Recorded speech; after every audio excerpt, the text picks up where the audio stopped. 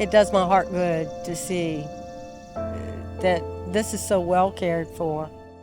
Even with her feet planted firmly in the present. This is grave 190. This is Charles Hardin of New Jersey. Lynda Cooke, Enoch Norris of New York. feels the constant pull of the past. O.A. Andrews, Michigan Volunteers. You'll often find the woman from Charles City County They're from all across the country.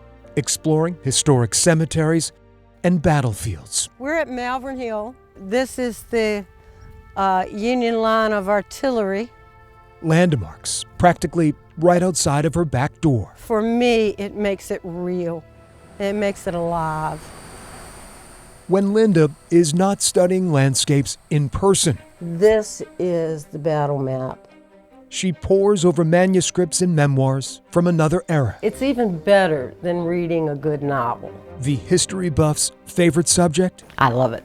I absolutely love it. Civil War clashes, which raged near her home. Battle Cry of Freedom, various research materials. The professional title examiner possesses a detective's knack for discovering the smallest of details. This is where you get the side stories, the human life stories.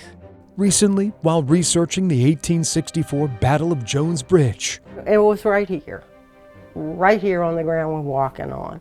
Lynda uncovers a mistake that for decades haunted a family from the Midwest. The battles were intense.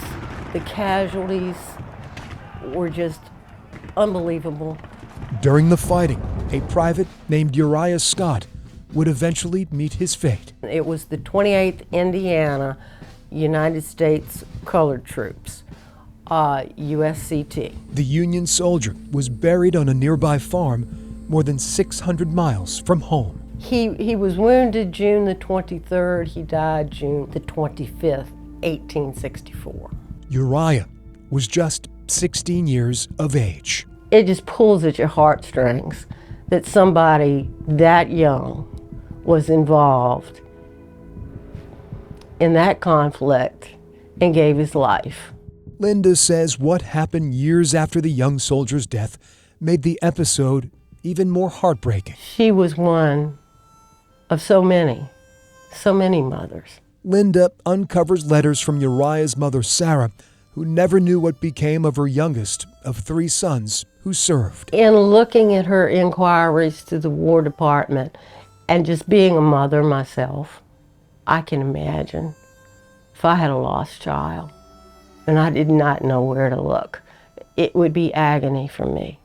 When Lynda visited Glendale National Cemetery, her heart sinks further.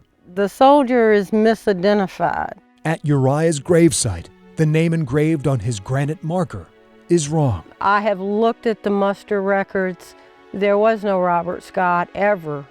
The amateur historian has documents backing her findings. I personally am 100% convinced. I invite anybody to look at the records, and I think you'll come to the same conclusion.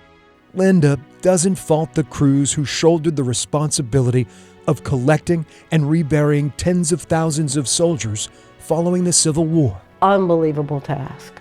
Unbelievable. The fact that we have any of it right is remarkable.